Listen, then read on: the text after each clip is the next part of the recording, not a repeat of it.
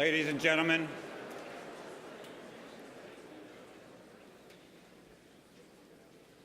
you're very well behaved. Thank you for that. Good evening. I'm Rabbi Peter Rubenstein. I'm the senior rabbi of this congregation. And on behalf of the entire congregation and so many others, we welcome you to our building and to this great event. I also welcome our guest of honor, the remarkable journalist and writer, Ari Shavit, who is joined this evening by his daughter, Tamara, and his wife, Timna, to whom the book is dedicated, and it's nice to have them in the audience this evening. We're also honored to welcome Franklin Foer, the renowned journalist and editor of The New Republic, who will be engaging Ari Shavit in conversation this evening. The tremendous attendance here tonight is testimony to what we have all come to know, that Ari Shavit has written a watershed book which has reshaped discussions and the narratives that we typically and historically used in describing Israel, its history, and its possibilities. Personally, I confess that I'm amazed how my own language and mindset has changed and how it has been significantly recontoured. My promised land permits and encourages us to think differently, even as it affirms our dedication to and love of Israel. In my mind, it is among the most important books about Israel that I and so many of us have read. So we are especially grateful for this event, which is co-sponsored by Central Synagogue, the Natan Fund, represented by Felicia Herman and Lisa Capilouto, and the Jewish Week Media Group. The Jewish Week is an extraordinary publication, an anchor for New York Jewry and beyond. We welcome Stuart Himmelfarb, President of the Board of the Jewish Week, and Thea Wieseltier, Director of Strategic Projects of the Jewish Week as well. And yet, newspapers, we know, are only as good as the person who sets the direction. So it is my special, personal, and official honor to introduce a friend, a visionary, a man of great courage who wills to tell the truth, and who himself is a brilliant writer and thinker, the Jewish Week's editor and publisher-in-chief, Gary Rosenblatt.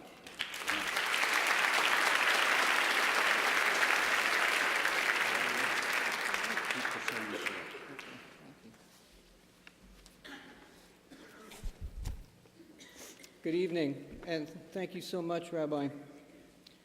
It's a thrill to stand here and look out at this remarkable audience. So first, I thank and congratulate each of you for being here. Getting 1,000 people to come out on a cold weeknight is a testament to the power of ideas, in this case to the writing and thoughts of our guest, journalist and author Ari Shavit.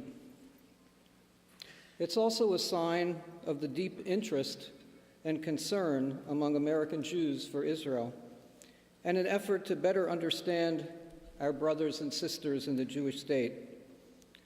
And it's also a sign of the influence and drawing power of the Jewish Week and our partners this evening, Central Synagogue, and a special thanks to my friend and mentor, Rabbi Peter Rubenstein, as well as Director of Operations and Events, Beth Woloff, and her team. We thank you and our friends and next-door neighbors in our building, the Natan Fund, and our associate publisher, Rich Woloff, and our Director of Strategic Projects, Thea Wieseltier, for making this evening such a success. The Jewish Week and its board, led by Stuart Himmelfarb, our president, are committed to not only cover the community in our pages and on our website, but to help build, sustain, and strengthen that community. A delicate balance of roles, insider and outsider, but one that we think is critically important. And that's why we have been sponsoring public forums like this, well, not quite like this, but for almost 20 years. And with your support, we hope to keep on doing that for many years. How many of you are regular readers of the Jewish Week? And just, that's great. Anybody subscribe, pay for it? That's, okay. That's great. The rest of you can see me after class. Actually, we have free trial subscription cards at a table just outside the hall, and encourage you to stop there before you leave tonight. There's a story told of a famous Israeli philosopher who comes to America for a speaking tour. An interviewer asks him, "Please tell us, in a word, how are things in Israel?" "Good," the philosopher says. "And in 2 words, not good."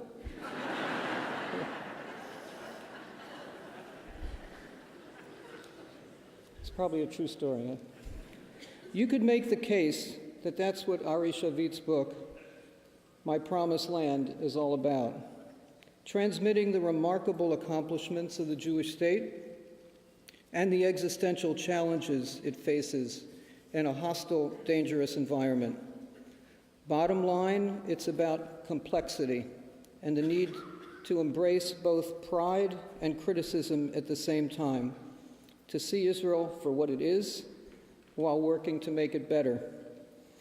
I've had the pleasure of reading Ari's challenging book and spending some time talking with him. I heard him speak twice this week, first on Monday afternoon on a panel at the AIPAC Policy Conference, where his audience was riveted, and last night when he accepted the National Jewish Book Award in History for My Promised Land. As he's traveled around the U.S. these last couple of months, he's focused on meeting with young people on college campuses, recognizing that the future of the American-Jewish relationship with Israel rests with them.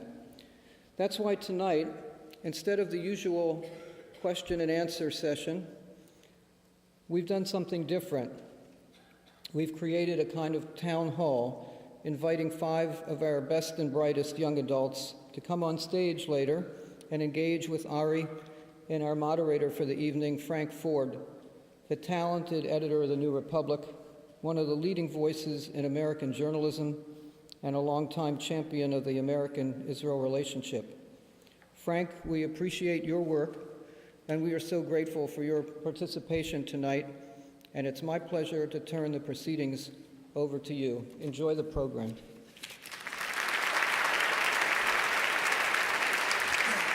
Sorry.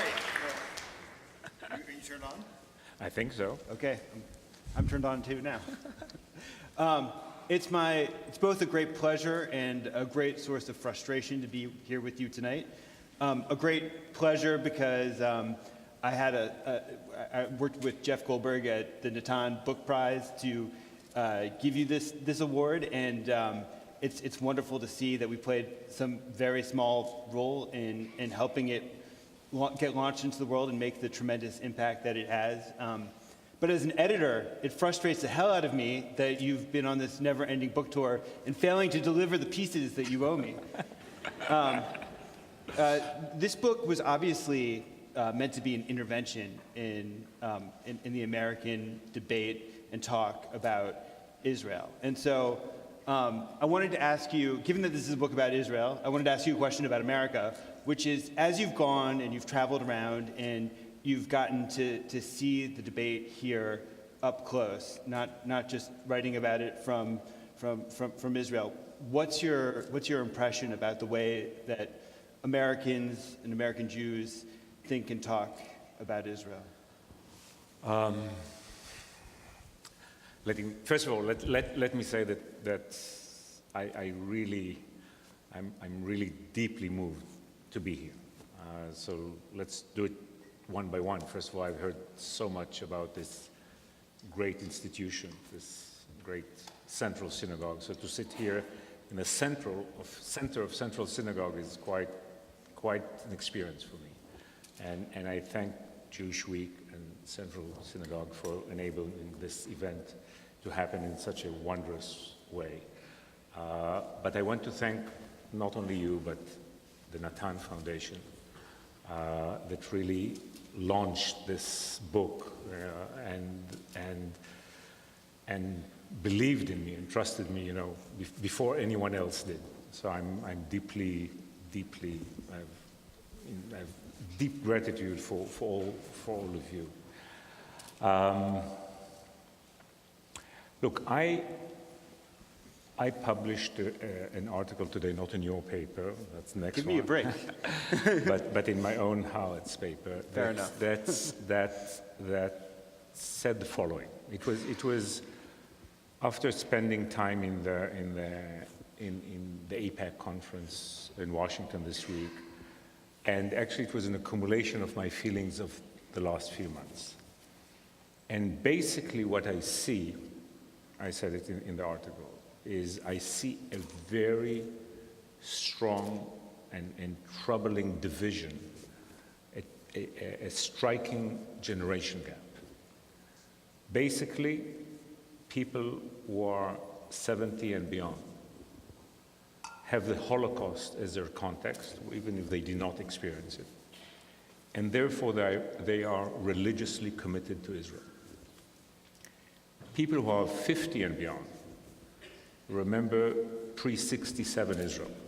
And even if they criticize and they have discontent, it's still in them. They cannot resist it. People under 30 are completely different because they have a real dual experience. On the one hand, there is the attraction of high-tech Israel, startup nation, the Tel Aviv thing, the birthright hormone thing. But on the other hand, it's the settlers' nation, it's the ultra-Orthodox, it's an Israel they cannot come to terms with. And they live in a terrible, terrible tension between these two perceptions of Israel. They are really torn and sometimes almost lost. Right. And the reason I went on this tour of the universities, arranged by Natan and the Israel Institute, was that I felt beforehand that this is where the real battle is. This is what really is important. And after visiting 10 American universities, it became an obsession with me. What I understood before in a vague way is now, I'm just obsessed with this. Because what I see, and I'll tell you the good news and the bad news. Yes. The good news is that still there are so many young people out there who care about Israel and have warm feelings about it. Again, whether they got it through their parents or Right. birthright or... But the bad news is that they feel that Israel is making it impossible for them to love it. They are torn. And my anger, I have no other words to describe it, with my government, not the specific one, with Israel, is that it is not rising to this challenge. Because in my mind, both for Israel and the Jewish people, Right. and definitely for this community, this is what we should concentrate on. So be more precise on what you think the actual root cause is. Do you think it exists? Is it diaspora Judaism hasn't done a great job of transmitting love for Judaism to this generation? When you say it's the government's fault, you place the blame squarely on policies, or do you think it's that that the government, the state of Israel, needs to do a better job of tending to opinion in diaspora Judaism? First of all, I have perhaps some mistakes were made here. Yeah. I'm not enough of an authority about it, and this is not the main thing I see. Yeah. What I see is the fact that this younger generation, I think that people who are progressive get it anyhow intuitively. But what I say to conservative people on the right, that never mind what their opinions are, they have to realize that the younger generation is a progressive generation. I don't know, perhaps in 10 years' time, in 20 years' time, we'll have some revival of young conservative thinking. Right now, we are talking about a generation that is into universal values, into social justice. Their religion is the religion of human rights. And Israel is perceived as a tribal entity. And there is a deep tension between their values and this perception of Israel. By the way, parts of the Jewish establishment in this country is perceived the same way. So this is the challenge we have to face. We're facing. Now, I believe in our tribe. I love our tribe, and I'm proud of being part of the tribe, and I'm into it. I think we are a remarkable universal tribe. The beauty of our tribe is that we always had a universal mission, and we have universal values within our tribe. This is what makes us so remarkable. But we have to project that. We have to bring that out. So in my mind, the first, Israel has to change itself. First of all, I think on merit it has to change itself and deal with the problems that we'll probably discuss. But if people do not understand it in Israel on merit, they have to understand it that this is, ironically, the Zionist imperative of the day. Yes. If you're a Jewish nationalist and you care about the Jewish people, yes, you have to understand that some of the activities, settlement activity and settler behavior, are endangering the national Jewish future. I'm not talking about peace or it's wrong morally. This kind, as long as Israel is perceived as an entity that does not project, does not manifest the shared values that we have, then we are endangering our own future as a people. It's a very dramatic conclusion. Did you when you arrived here to promote the book, did you hold that thesis, or is this something that's kind of emerged on you as you've traveled around? It's a notion. I was not totally surprised, Right. but look, it's different. Look, what happened over these last months, that I really, I don't have a PhD on this matter, but I definitely have a master's degree. I mean, I've talked to hundreds and hundreds of students. I talk to more, but I listen to hundreds. Yes. And when you listen to so many young students across the country in the leading universities, and they say, without coordinating it, basically they say almost the same thing. You see how deep the problem is. By the way, you see also the potential. It's not only bad news, because you see it. Look, I had so many heartbreaking conversations with these young people because they care. It's not those who are, my claim is that this is a critical decade. I mean, in 10 years' time, it will be too late. Right. But right now, we can still act, and I think it calls for, we really have to change in a dramatic way. I mean, Israel has, and the way the Israel thing is done, and I think, look, one of the things that I was so deeply rewarding, that I saw how my book and my voice somehow help in this. Not that I think that my book and my voice will solve the problem, but I saw that when you talk to people in this different, with this different concept, with a new concept, when you tell them you can be critical of Israel while loving it, when you open up the discussion, you say you can be a bit relaxed, be real, deal with things as they are. What you see is actually that there is a lot of warmth there for Israel, but it's all locked. It's all locked right now. So I think, if I were, just I'll finish, if I were the Jewish establishment in this country, and if I were my government, I would put this at the head of the agenda. Things must change, and they must change quickly. We are wasting so many resources and so much energy on things that are not as important. This is the most important front of the Jewish people today, and we must act. Do you think that the state of Israel, the Jewish establishment here, they clearly understand on some level that there's a problem, but it's so entangled with the complex psychology of dealing with this issue and dealing with the also very real movement to delegitimize the state. Do you think that they're capable of, or anywhere close to being capable to making the types of adjustments that you're describing? I'm hopeful. I'm not sure. Yeah. But and I'll give you again an example from the experience I had with my own book. I think that some of the openness that I experienced with people whom I thought would have more difficulty with my book was because of that, because people actually feel that something is wrong with the way we did it. Perhaps it was right for 20 years ago, but there is, what was so striking about some of the rhetorics you hear from the Israeli leaders, that what is said is right in many ways, but it lost the energy, it lost the conviction. It's not relevant in so many ways in the way it is delivered. And I think more and more people get it, and they get the fact that we must change. But my claim is that this is not enough, because this is so dramatic, Right.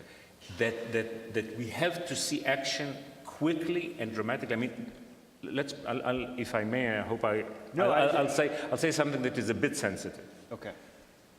In many ways, I think that the heart of the Jewish mental condition of the day is that we really never had it so good. We are free, we are equal, we are successful. We've done so many Jews have succeeded individually. My claim is that this American Jewish community is an amazing, amazing success story, that you who are living in it sometimes don't have the perspective to see how wondrous what you achieved is. And yet, the future is so unclear. And people actually feel it, but they have a problem acting on it. They see that this gap between we never had it so good and we do not know what tomorrow holds is on everybody's mind. But there is a kind of freeze, and I ask people to defreeze in order to do something about it and not to leave it as some sort of subconscious concepts. I'm sorry to dwell here, because but I do feel like this is in so many ways the ball game, right? That this is where the be all and the end all of the debate, because I know the question is, what is there's a substantive adjustment that needs to be made, is what you're arguing, but also a rhetorical adjustment that needs to get made. And you've just described something that's very much at the heart of the problem, which is that if there's a sense of Jewish comfort here, some of the kind of existential reasons why the Jewish people need the state of Israel aren't readily apparent. How do you rekindle the feelings of love if it's not going to be on the basis of Jewish survival? It's hard to rekindle the idealism of the early state. How do we what sort of rhetorical adjustments need to be made? Look, I think that there is really, I mean, again, while being critical, I think that let's put it this way: being critical and realistic, and taking Israel out of the cliche it became, by the way, by cliche for both the ones who love it and the ones who hate it. I think it enables us really to love ourselves. And my claim that I'll say it in a sentence, I think that we have to acknowledge the fact that in many ways we are a remarkable species and we are an endangered species. And if we understand both, which is in my mind so self-evident, but we somehow lost the sight of these self-evident truths, then we can look both at our history and at our present and future in a new way. What's my claim? My claim is that one of the sentences that I write in the book, which I really believe in, is that when you look back, and part of the problem that we lost really this ability to, and that's what I did in the book with Israel, but I think it's true for this community. When you look back 100, 120, 150 years back, I mean, let anyone in this room think about his grandparents and great-grandparents. Where were they? What kind of a life did they have? Where were they in the world? How did the world treat them? When you see that, you see that the 20th century was the most dramatic century in our dramatic history. Because in the first half of the century, we lost a third of our people. And in the second half of the century, we created these two astonishing miracles. I mean, there's no other way. I mean, the creation of Jewish sovereignty in the Holy Land is a man-made miracle. But the creation of a perfect diaspora in this country is also a man-made miracle. So with all the criticisms that I might have of some establishment patterns here and there, I look, you created a society that is not, and people did not only succeed individually, but all your organizations, all this voluntary entity that is maintained not by law, not by police rule, is I think it's, rather than be ashamed or defensive about the Jewish success and political power, it should be an example for every minority in this country and every minority in the world. So these are two astonishing stories that we have to look at in order to appreciate ourselves. Where have we come from and what have we done? That's right. But while doing that, we have to see that both are endangered. Both are endangered. And the only way we can succeed and survive and prosper throughout the 21st century and beyond is to begin again to work together. Because my claim is that the deep logic of Zionism, the brilliant thing about Zionism, was on the one hand the attempt to preempt the Holocaust, although they didn't know quite the Holocaust will happen as it is. But the other thing was, which is in a sense even more brilliant, was to preempt the Pew Report. I mean, the early Zionists in the 1890s they realized there was going to be a Pew Report. They didn't know it would be done by Pew, but they saw the problem in a very clear way. And the point about Zionism, that they saw that non-ultra-Orthodox Jewish existence in the modern era is in jeopardy. Not because of the Cossacks and the pogroms, but because of affluence and emancipation. So this is what we are faced with now. So while we have to deal with the challenges of a brutal region and the terrible conflict with the Palestinians and all that, you have to deal with this deep, great challenge. And the only way to do it, I mean, not that Israel is a solution for it, but it cannot be done without Israel. Because Israel is part of the formula that you need that anchor. You need that powerhouse of non-ultra-Orthodox Jewish identity that will help you with everything you have to struggle with here. It'll be... Explain that more. So because I think if I may just... Now, what happened?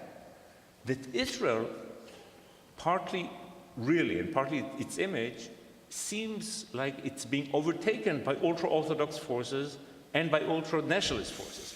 So it stops being relevant to the people who need it most. I mean, the ultra-Orthodox will be okay in Brooklyn, Manchester, or Antwerp. I mean, they'll have their ghettos in 100 years' time and 1,000 years' time. We are challenged. We are challenged.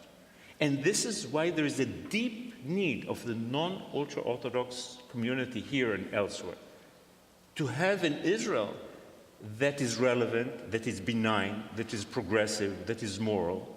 And while we need you existentially, you need us. And this, the fact that we are